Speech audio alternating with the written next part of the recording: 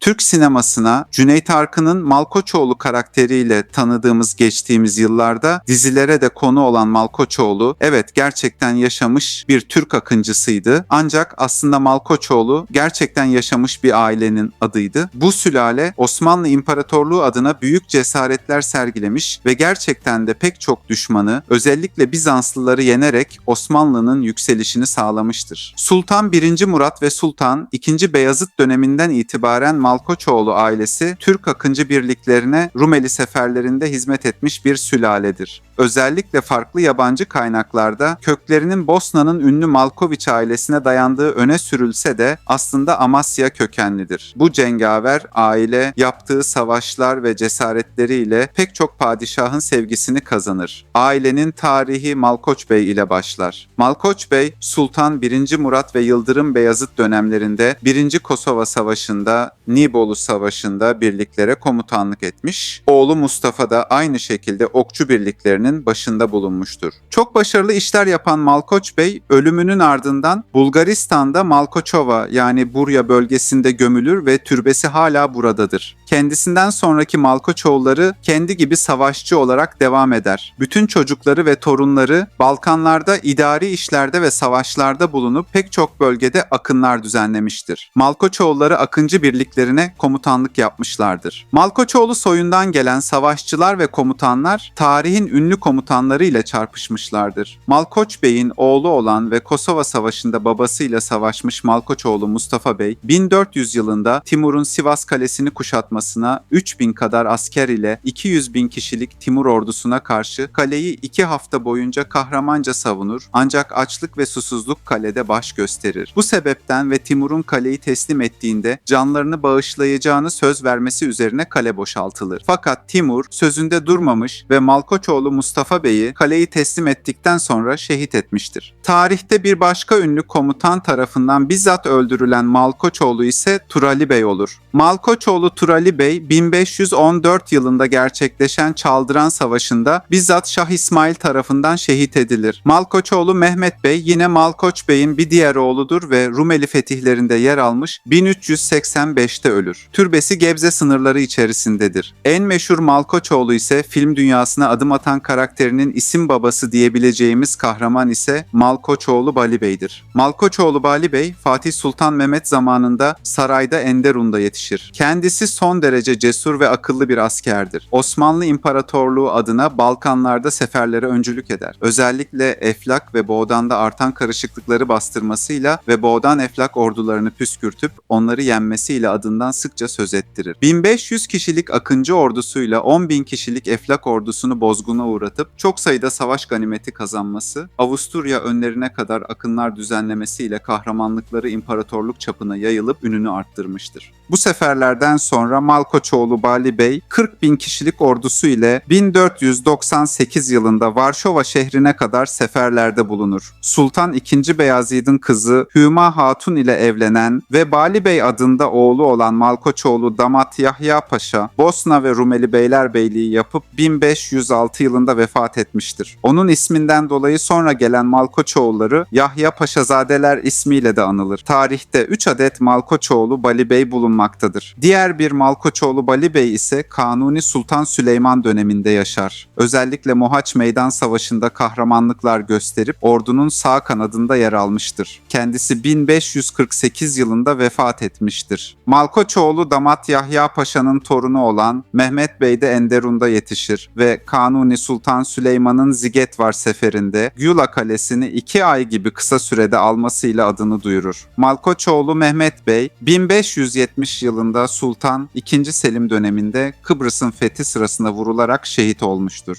Malkoçoğlu damat Yahya Paşa'nın oğlu olan bir diğer Malkoçoğlu soyundan gelen Akıncı Gazi Kızan Mehmet Paşa, Kanuni Sultan Süleyman'ın 1. Viyana kuşatmasında bulunur.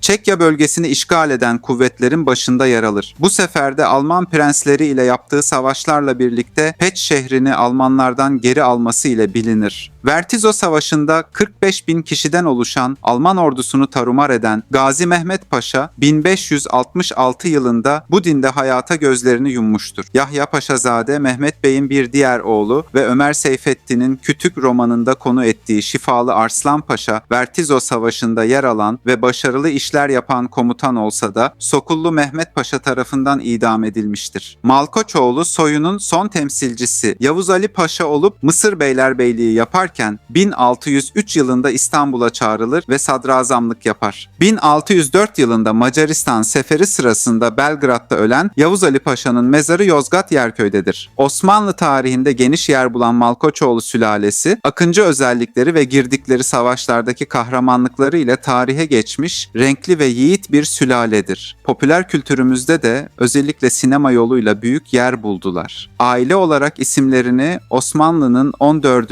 15. ve 16. yüzyılları arasındaki yükseliş dönemindeki seferlerde yaptıkları büyük katkılarla duyurmuşlardır. Yani Malkoçoğlu sülalesi gerçekten yaşamış ve yiğitliğiyle Osmanlı'nın cihan devleti olmasını sağlayan seferlere katılmış savaşçı ve akıncı soyudur.